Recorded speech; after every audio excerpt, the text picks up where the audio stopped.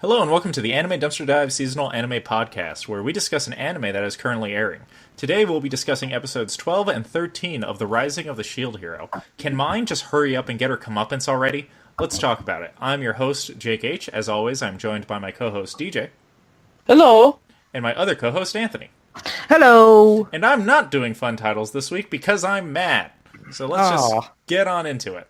Jake, why are you mad? Why am I mad? Because 13 episodes of having Myne as the antagonist is too much. It's too much. Think about how long she needs to hurry up and get her Frieza muffins already. I'm done with her. I'm done with her. I'm done with people listening to her. And that's just in episode 13. I think she's just trying to do her best. Okay. All right. I don't need you white knighting her, all right? But what if she's just misunderstood? No. Definitely not misunderstood. Definitely not misunderstood. So let's go ahead and... They make her worse and worse and meaner. It is. I know. It's been great. Just constantly... we'll get to that part when we get there. So let's go ahead and let's start with episode 12. So episode 12 is the conclusion of the wave, and we start out with that fight with Glass. And Interesting. Yeah. yeah, she OKOs like the other three heroes and their parties in like one move. Like later, losers. We're going shopping. And then she fucks over the Iron Maiden, which was like that powerful attack that we saw in episode 11 that was supposed to be like the one-hit kill for bosses. And she doesn't not even phased by it. It's intense. Care about it. I really enjoyed that fight in general just because Glass's fighting style seemed different. Like, you don't see a lot of fan like wielding characters like outside of like Katana from Mortal Kombat. Mm-hmm. So I really She's the only one. I really enjoyed just seeing that, like, the choreography in that fight, like, aside from like that one big hit that took out pretty much everybody. Yeah. But them like attacking her, like Nafumi's party attacking her, I thought was pretty cool. Yeah, I like the fight as well. I think that the coolest part about it for me was the representation of power. You know, and like, all things considered, Nafumi just had, what is it, four or five new additions to his team. So, and that being said, it's not like collectively, you know, they're kind of graded on like the skill level. I'd say individually between Nafumi, Philo, and Best Girl of 2019. Are you there? Reptalia? Yeah, her, Raptalia. I'm like, you're just gonna call her Best Girl. Yeah, Best Girl of 2019, Raptalia. Of all of 2019? Of all of 2019, That's I'm early calling it call, now. Anthony. That's What early. I don't about- care. I don't even care. What Yes. about... What's her name? The only other Suru. girl that would qualify right now is Ryu or however you pronounce her name. Who knows? From Domestic Girlfriend. So I think Rem is Best Girl no, 2019? false. Anyways, the representation of power that Glass kind of brings to the table is kind of like a demonstration that honestly kind of surprised me. I thought that the heroes, all three heroes, were actually doing better in terms of leveling, you know, but it kind of showed. Yeah, it kind of showed that regardless of how high of level you can be, if you don't use strategy in your fights, you end up losing. Like, and that was the coolest part. The way I kind of have, like, I'm seeing this is, like, every level Nafumi gains, he upgrades his stats. And I feel like, or puts his points into abilities. And I feel like the other heroes are just leveling up. Like, they're not putting their stats into anything. So, like, even though they're, like, 30 levels higher than Nafumi, I feel like Nafumi's stronger than them. Because he's doing stuff like feeding random shit to his shield. And he's OP. And he unlocked He's OP Demon Shield. Yeah, he unlocked the Raid Shield. Which was cool. Yeah, I really liked it. I kind of thought it was funny that Glass, like, took out the Raid Shield in one hit, too.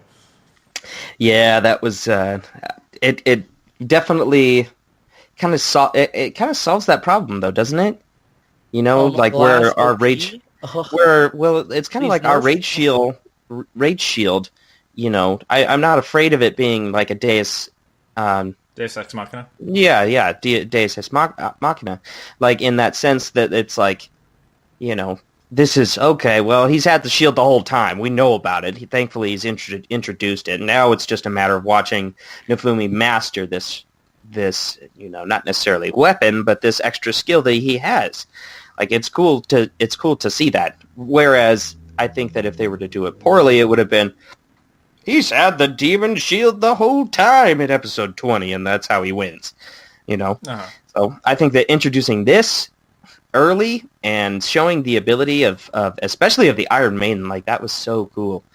Like definitely solves that issue. I'm not worried about it at all. Yeah, it does make it seem like it's something that he's going to have to practice with instead of it just being a solve-all, like as soon as he uses it. So I agree with you there.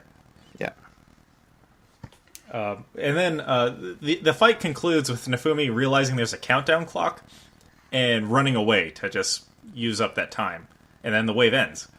And so Nifumi even goes, he doesn't know why that clock just showed up out of nowhere. And Glass kind of is like, oh, my time limit's she's up. like worried about the countdown too. So did they have to do the Monstos have to kill enough people within a certain time limit or what?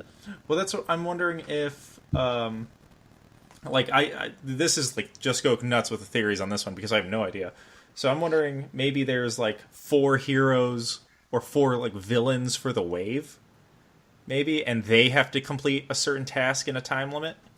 But the wave the wave is a bunch of skelly evil skells. Yeah, but I mean that's where there's 4 villains of the wave, and so there's 4 people who try to kill the heroes in the time limit. Either the heroes have to kill the boss, and then after the boss is killed, those villains have to kill the heroes within a certain time limit. I'm not sure. I'm just spouting out ideas. Hot takes. Hot takes, you would say. Some might call them hot takes. I was trying to move on from it, but I guess it's there to stay. It's sticking. So that's my hot take. Is Glass is the fan villain or something. So there could be potentially what you're saying is there could be others that are like Glass. Mm-hmm. I think your hot take is wrong. What's your hot take? You are then? wrong. You are wrong. My hot take is that she's the general of the evil demons, and she's here to defeat the world and take it for the demons. But what's that have to do with the clock? She only has enough time. She's only allowed to be in the world for a certain amount of time. Yeah. Yeah, I'm glad that you said that all in one go and didn't think of it on the spot. That's exactly. It's gotta be it. That's gotta be it. I think that you have described the actual plot of the story perfectly. I don't necessarily call that a hot take. So my hot take. What? How is it not a hot take is that Glass is a hero. How's it not a hot take? It's not a hot take. Is I think not she's playing it safe. Yeah, you're playing it safe. I think she's one of the wave people. That you're that is 100% true. Absolutely right. Okay, this is my mild lukewarm take. Your lukewarm take. This is my normal, everyday take. That's totally fine. I think that Glass is a hero from this other dimension that they're getting pulled in from. This maybe hellish landscape. But she is a hero. And the reason why I kind of think this is because on countless times she mentioned that her fight was the final fight. So it's hero v hero. I think that she's a hero also. Hot take, me. Okay. And I think once Nifumi leaves the world, she's going to be his girlfriend. What? And she's going to leave the world halfway through season 1. And then they're going to go into a different world together. That's what I think. That's a pretty hot take. That is a super hot take. That's a Sword Art Online hot take right there. That's a Sword Art Online season. I think she's going to be in a coma, and he's going to have to save her from her creepy stepbrother by entering a different video game where if he dies, he's alive still. You can tell DJ didn't care for Sword Art Online. Not the second half. Sorry, Garrison. Sorry, Garrison. The second half, they're like, I know this isn't about Sword Art Online, but the second half, they're like, remember all those stakes we had? Well, they're gone. Like, Very true. They throw away their entire concept in the second half of the first season. But you know what's not throwing away their concept yet is Rising of the Shield Hero. Hero. Yep. That's So- the show we're watching. Yeah. Also, no one's corrected me for the past 13 weeks. I've been calling it Rise of the Shield Hero. It's called Rising of the Shield Hero. Rising of the... Yeah. Yeah. Yeah, they've just Yeah, been we calling it knew Rise. the whole time. So We knew the whole time. the next part of this, after the wave ends, Nefumi gets summoned to the king, and the king basically is demanding that he tell him how he activates the raid shield. And this is probably my favorite part of the season. Tell me your secrets, Nefumi. So far, is when Nefumi tells him that, oh, well, where I come from, you have to grovel to people to ask them. So get on your knees, and I'll tell you. And he's like, no. And then he starts threatening Nefumi, and Nefumi doesn't give a fuck. And then he goes, I'll make your slaves pay. And Nefumi's look is enough to make the king just shit his pants. Yeah, yeah. I'm there for this shit. I'm there for Nefumi just finally being, saying fuck you to the world, to the world's face. I'm here for it. I love it. I agree with it. I'm on board. I don't I haven't really been following any of the comments on any of Crunchyroll's, not Crunchyroll, but Verve's website, or any of the Myne anime list comments on the show. So I don't necessarily know how the kind of resentment and or support Nefumi is getting as a character. Oh no, people are loving it. Gosh, I'm I'm so excited on board. I'm so on for board. this whole king misunderstanding thing to be over. Because I think it's dumb and annoying. Where she's like, talk to my dad! And he's like, never gonna talk to your dad. And it's clear that, the king is just doing, his king job, people are lying to him and showing him false information, and he's just, being a fucking king. I don't think he is, though. I don't know. I think see. I think you're listening to Melty too much. I think you're being a little too naive with that. I think. Oh, I'm naive now, huh? I think. Well, you guys can go fuck yourselves. I think he is. DJ. I think he is straight up playing the shield hero because he just doesn't like him for some reason. No, I think he's the one that's getting played. No, you look at him. Back in that first episode, he is clearly sinister smiling when he does it. No, he's not ha ha ha. He is straight up. Yeah, he is. He's this guy raped my daughter, and he's gonna get his comeuppance. No, it's not at all. Even when the episode where they force him to duel, the king's still Because at that point, he hates him already. It's dude. King is full on heel. Running rampant. Yeah. Yes. King redemption arc. Well, thankfully, we get a lot of extra information on the world in the next episode, too. But to kind of try and explain where the king is coming from, I personally think that he's a bad guy. I think that Myne doesn't help the situation at all. But to an extent, this is all his fault. This is by no means Nefumi's fault. Nefumi did nothing. He did nothing, and nor does he deserve, the treatment that he's actually getting. Sorry, I was getting a little fired up there. Hot take coming through. Ready? Okay. The king slept with Glass, had an affair with her. She's the queen of the demon realm. He had an affair with her, right? That's why the queen moved out, because they're going through marital problems, right? And that's why the waves started, because the queen of the demon realm got mad at him for not choosing her over his wife. Boom! That's a pretty hot take, but I don't get how that has to do with what we were talking about. That's what turned him into a bad guy, huh? Anyways. No, we were doing hot takes. We were doing hot takes 5 minutes ago. I thought I'd do You were eating those special gummies again, damn it. All right. I had them earlier before we started recording. Because Jake said, if you were going to eat your gummies, you better do it now. They're gummy vitamins before anyone gets the wrong idea.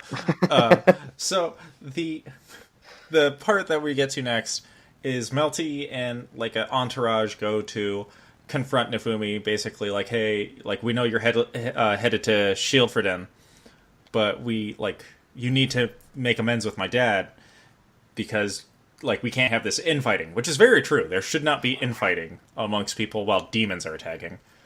But as she's doing that, like one of her knights goes to like hit her with a sword and kill her, and Nifumi blocks her, blocks the attack, and that episode ends. And episode 13 jumps right where we left off, with all the knights attacking Nifumi's party, and Nifumi's constantly defending Melty, and Raftalia and Philo are dealing with the knights in a very not murdery, non-lethal way. And then the knights retreat after recording everything on a crystal ball, and we get hit with the new opening. And I have a question for you guys on this. New opening, yay or nay? I am so attached to the original opening. Oh, Anthony hates that too, huh? But it's a good opening. I'm so attached to that song of the first opening. So I think it's good, but it's not as good as the first one. I will say the visuals are better. Yeah. I say the visuals are better, but the song is not as good. I think I like when openings evolve a lot because the show evolves. So it's like, here's the people from the beginning and that are no longer in the show. So like when you're 30, like 5 seasons in, and it's like, remember this guy in the opening, and you're like, yeah, he was in the first episode 3 seasons ago. Yeah, I remember him. Like it's got to change a little bit, you know. Well, yeah. I mean, like absolutely. I love when openings change. I'm just saying that the song is just not as good as Rise. Yeah. It's by Mad Kids, right? I think it's by Amelie. Oh, okay. But very well might be wrong. No, it's a dude singing it. It's a dude singing it. It's Faith. The song is Faith by Mad Kid. Yeah. So there's also a part, and I don't know why. Maybe it's because I'm getting soft after watching like a season of Love Is War. But the ending scene of the opening, where it's Nafumi's party all rising with the shield, like I was just like, yes, I want that part to happen. I'm like, I'm cool. Yeah, like now. Through the what looked like a magic storm or something. Yeah. Yeah. I thought it was nice. So you're telling me you think that the king is behind the plot to murder his daughter? I think Myne is behind the plot to murder his daughter, but I think the king is like a willing participant, where maybe he doesn't think that Myne's going to murder Melty, but he's like, oh, I'm all for framing the shield hero into thinking that, like, making people think that he kidnapped her. I don't think he's a willing participant. I think that he doesn't have anything idea what Myne's doing. I think he is totally in the dark. He's a dumbass, sure, but I think he is just trying to mean well. And the reason I say that is because when Nafumi was making fun of him, he was like, he married into the royal family. So I think they're going to use that later to like show that he's kind of not good at being a ruler, and he's dumb, and he's manipulatable. He's naive. He's naive. He's manipulatable. I can't make that excuse for 2 characters though, because that's the excuse I think reluctantly going to give the spear hero Mariasu, just because he's dumb. We know he's dumb. No, like I'm talking naive, manipulatable father trying to run a kingdom, and then spear hero is absolute idiot. Absolute. Okay. So inexperienced ruler, and then naive. He's naive. Like, but Maya's shown that she can trick even people who aren't naive. You know, she can trick the shield, the sword hero, and the arrow hero. So why not?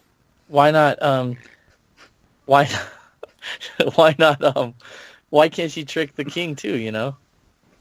Okay. The pointy hero and the bow hero, the pointy hero and the arrow hero, the slashy hero and the shooty hero.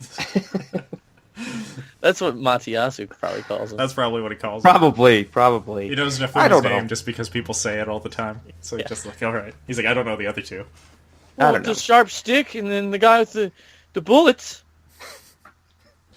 I mean, like, when it comes down to the king itself, you know, bringing up the whole matriarchy that is apparently this world, you know, there's a couple of things that really don't help the king's case at all.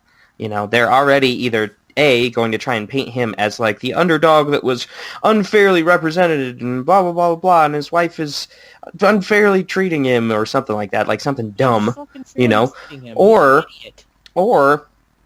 the fact that it's a matriarchy and Myne is feeding in this kind of ideal that it needs to be more of a patriarchy and kind of ruled via that way, and the fact that the largest church in that entire country only follows the three heroes. It's a church based on the three heroes, which the shield hero last time didn't live in Melrosor or whatever Melremark. Call it. He lived in Shieldville. What's it called? Shieldfridden. Shieldfridden. That's where he lived. The one with shield in the name. So then the country that the other three heroes lived in obviously worshipped them, and then the country that the shield hero lived in worships the shield hero. I was gonna say, thanks for bringing up the church, Anthony, because I kind of agree with DJ with the fact that that church worships the other three heroes. So there is maybe a possibility here to think that maybe they're behind this, behind the antagonizing force towards Nefumi. Like maybe they're working with Myne and feeding, helping Myne feed information to the king. And so if he is, as DJ says, a naive ruler, then that could create a stronger case for that. I also think that as well. Okay. I think that Myne is just their lackey. Oh, okay. We get rid of her. Like when are we in spoilers yet? Yeah, we've been in spoilers. When Reptalia stabs her, I was like, oh, she's dead. But someone's just gonna, because at that point I figured I was totally on the path that, thinking the idea that she was just their lackey. After I saw them making the video and stuff, I was like, okay, so she's just working for these people. So I thought that she was dead. I was like, okay, she's dead, but there's just gonna be someone to replace her, fucking his life over, because this church people are behind it all. So I think she's their lackey. Yeah. Well, it was just a mana sword. It just drains the mana. Yeah, but it also kills things that don't have bodies. Yeah. Yeah. That's also true too. That when we hold on, we'll get to that part in a second, because there's a theory I have with that.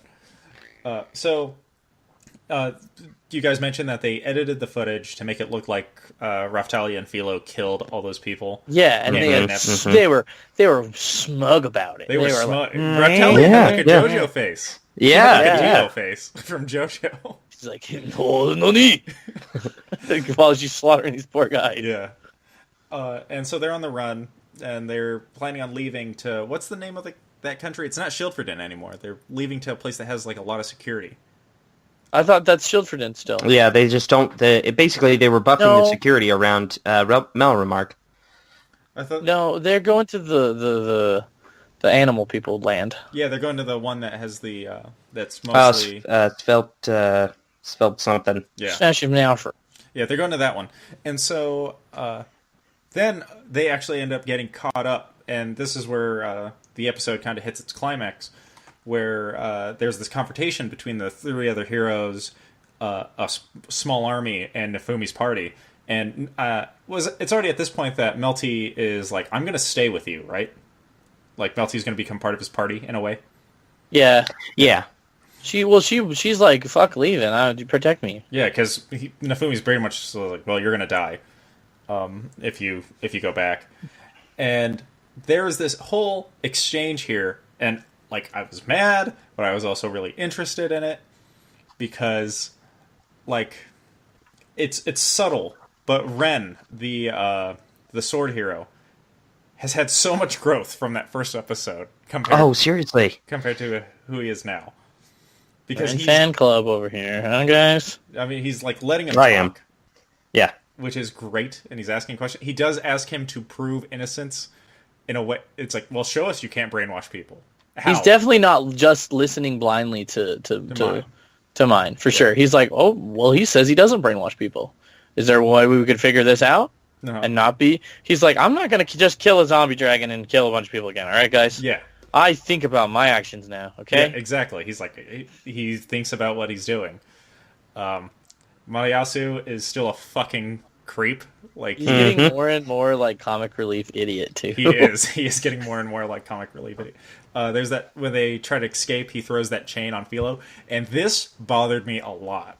And it kind of made me mad that, like, the other heroes weren't bothered by it. Where he's like, oh yeah, I had it specially made so that you'll stay an angel forever. So he went and had it specially made by an alchemist so that he could attach it to Philo, and Philo would stay a small girl forever. Yeah. Do you think That's they just find weird. out about it then? They're just like, whoa. They're like, wait, what a second? What did you do? Yeah. They're like, time out here. What? Yeah. I mean, it's just funny to kind of see the, like to see their reaction, which they definitely didn't have one, but it's just like, come on, you accused Nafumi of being a slave trader, and yet you went to some alchemist to create some sort of binding that'll attach to a little girl? You did She's what? a bird. Yeah, a 3-month-old bird. Yeah. Also important to note. Yeah. Still not old. Yeah. Oh, yeah. This is a pretty good time to bring up who's that winged girl in the opening. Oh, and It's a bird. You think it's another bird? I think that is definitely another bird girl. Another bird? Do you think Either they'll that have, or teenage Philo? I don't know. that'd be weird. That'd be weird to have her. There like, has jump. been aging in the show. There has been, like, Raftalia jumping in age in those first few episodes. Mm-hmm. Yeah, but I think another bird is a good guess. I think that's a very good guess. Mm-hmm. Mm-hmm. I think... Hot take. I hate that you That introduced him she's- to the idea. The sister of the demon queen who's married to the king. So the queen's gonna die, and then the demon queen marries the king, and he's gonna be like, now I believe in the waves because I married this girl. And then there's gonna be a new ruler of the other land who is the lady with the wings, and she's like, the king is crazy, and he's like, but I love her. And they're like, you gotta not marry that crazy chick with the glass throwing stars. They're fans. But all your hot takes are like a very loose knot that as soon as one thing gets pulled out, it will fall to the ground. Hey. They're very hot takes, all right? Doesn't take much to cool them down, but they're very hot. Anyway, at one point, as Melty's standing over Philo, not Melty, Myne standing over Philo, Melty fires like a water blade at her, and Melty just starts firing like fire missiles at her, and like basically going like, she attacked me first, and that's and then literally what he said exactly she says. He's like, you're just gonna say you have to kill her to stop the brainwashing, and then in that moment she's like, I have to kill her to stop the brainwashing. And then that's where like the bow hero gets like knocked out because he's like, what, a 16-year-old kid, and a bunch of like men run past him, and then He's like, ow, he's like, owie, no. And then Ren gives us a pretty good stop shout in the sub, at least. He gives us a pretty good Yamaro, which is. And then Nifumi activates his raid shield, destroys the bridge. Oh, Philo. Actually, here's a question I have for you guys: did Philo have the gloves the entire time, or are we meant to think that when Raftalia turned invisible and snuck behind Myne, that she dropped him off? I think that they fell out of her cloak. Okay. yeah, I think she had him on. She had him the whole time. Oh, okay. And so then Raftalia stabs Myne in the back with... she fucking gives her the... like, you're already dead. Yeah. With the mana sword. And for a second there, I was like, mana sword? Why? I thought she was going to stab something. It was going to be like a demon. Like he would there was like something possessing Myne the entire time. But no. So Myne's still just a bitch and trash. Turns out, just a bitch. Yeah, turns out just Not a possessed nice girl. Just a bitch. Just a bitch. And so, Then Nafumi uses his Raid Shield, destroys the bridge, and then him and Ren are standing on the opposite sides of the bridge. And again, very nice visual, and I think a very cool introduction to a new storyline is he throws the church symbol at Ren, and he goes, Ren, like, you got to stay here, and you got to figure out what's going on. I know you can do it. And and again, this is where character growth, I love it, is that Nafumi is seeing Ren grow, so he knows that he can trust Ren with trying to figure out what's going on.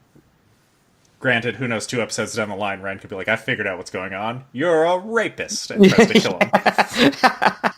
And Nafumi's like, I wouldn't be surprised figured out my secret plan! And he has been a rapist the whole time. Yeah, but... and then they go their separate ways, and then we get a cute moment where... Because Nafumi's been referring to Melty as second princess the entire episode, and Melty's like, no, you refer to me by my name. And Nafumi goes, well, you call me Shield Hero. She goes, then I'll call you Nafumi, and you call me Melty. And he goes, all right, Melty. And Raptalia goes, oh, already on first names, okay. She was like, master, and he was like, slave, girl. She was like, oh, first names, okay. She was very, very salty about it. He called me Stabby for 6 weeks. He called me Raccoon Girl. Is that you, DJ? That you were in the show calling people Raccoon Girl? I would call her that. Sure, if she would like me to. And then the episode ends with Myne lighting the forest on fire, because she has just gone full crazy. He's going, ha ha ha ha. Like a witch. Just cackling. Man. I don't know. Okay, okay. to Myne kind of piggyback off of what... one of the heroes from the other dimension. No more. You don't get any king. more hot takes. Come on. No. All right. We can cut all of DJ's hot takes, put them in their own video, and just call it DJ's hot takes. Release them before the... that's actually not a bad idea. Yeah, release it before the season finale. There you go. It was like, on that one crazy one, he was pretty close. He was pretty close on that one. That was pretty nuts. Okay. To kind of piggyback and shed some light on what DJ kind of brought up, the fact that, When you I know, said kind of the that church... the lady was going to marry the king? And then False. No, not at all.